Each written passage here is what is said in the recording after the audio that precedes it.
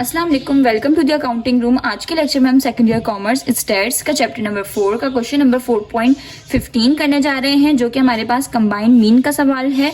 और सवाल हमारे पास क्या है, the mean weight of 45 boys is 120.54 and 37 girls is 116.7 and that of 5 teacher is 122.3.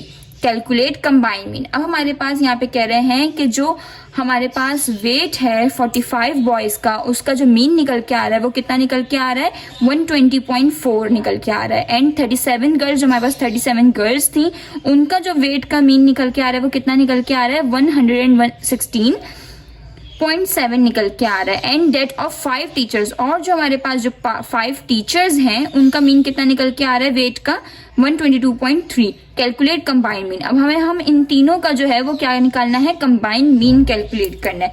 सबसे पहले हमने यहाँ पे लिखा हेयर N1 हमारे पास कितना था, N2 N3। अच्छा, अब हमारे पास यहाँ पर N3 भी है, ठीक है। अब देखते हैं N1 हमारे पास क्या है, 45 बॉयज, हमने 45 लिख दिया, ठीक है। N2 हमारे पास कितना है, 37 गर्ल्स, 37 लिख दिया। और टीचर्स हमारे पास कितनी है, 5 टीचर्स, हमने 5 लिख दिया, ठीक है। अब उसके बाद हमारे पास इनका मीन कितना है, x बार 1 हमारे पास कितना है, 45 बॉयज का मीन कितना था, 120.4, उसके सामने ही हमने लिख दिया 120.4। और x बार 2 यानी कि जो सेकंड हमारे पास जो गर्ल्स थी 37 गर्ल्स, उनका मीन कितना निकल के आया था, 116.7। और x बार 3 यानी कि जो हमारे पास 5 टीचर्स थी, उसका मीन कितना निकल के आया था हमारे पास, 122.3, ठीक है।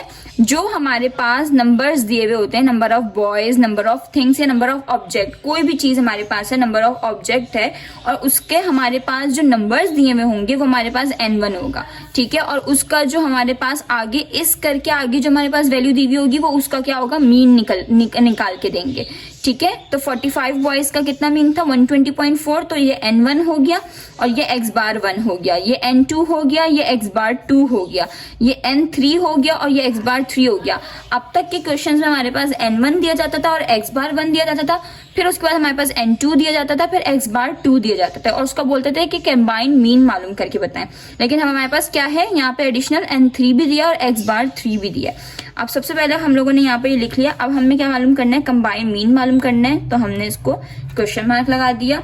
उसके बाद हमारे पास इसका फॉर्मूला क्या होता है कंबाइंड मीन का, जब हमारे पास 3 का फॉर्मूला है, जब हमारे पास 2 का फॉर्मूला था वो क्या था, N1 multiply by x bar 1 plus N2 multiply by x बार 2। लेकिन हमारे पास अब N3 भी है, तो अब हम यहाँ पे क्या करेंगे, plus N3 multiply by x बार 3। अब हमें N4 भी दे देंगे, तो हम यहाँ पे plus N4 multiply by x बार 4, ऐसे करके हम फॉर्मूले बनाते जाएंगे, ठीक है।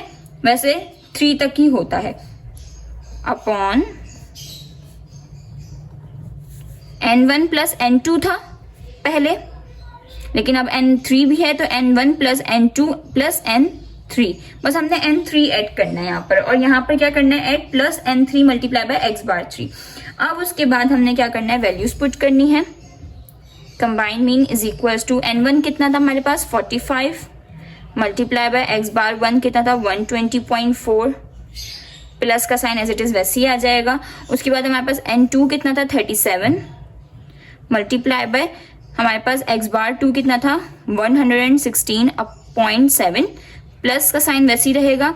उसके बाद हमारे पास N3 हमारे पास कितना था, 5 मल्टीप्लाई बाय x बार 3 कितना था, 122.3 अपॉन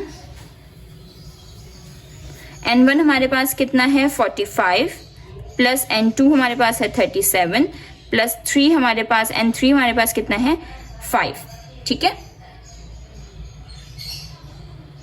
अब हमने यहाँ पर सिंपल ये करना है कि पहले हम 45 को 120 से मल्टीप्लाई करवाएंगे, 120.4 से मल्टीप्लाई करवाएंगे, तो हमारे पास कितना निकल के आ जाएगा answer, combined mean is equals to, जब हम 45 को मल्टीप्लाई करवाएंगे 120.4 से, तो हमारे पास आ जाएगा 5418, प्लस फिर जब हम 37 को मल्टीप्लाई करवाएंगे 116 0.7 से, तो हमारे पास कितना आ जाएगा 4317.9।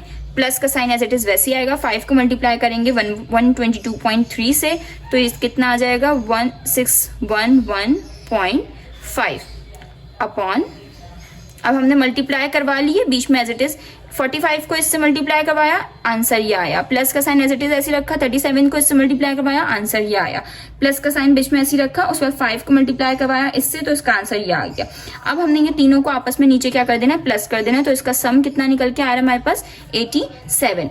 अब हमने इसको और इसको, ये तीनों फिगर्स को हमने आपस में ऐड करना है, तो हमारे पास कितना निकल के आएगा 10347.4 अपॉन 87। और जब हम आपस में इसको डिवाइड करवाएंगे तो हमारा आंसर कितना निकल के आ जाएगा, इन तीनों का कंबाइन मीन 118.93। ठीक है, आज के लिए इतना ही, मिलते हैं नेक्स्ट वीडियो में, तब तक के लिए अल्लाह हाफिज।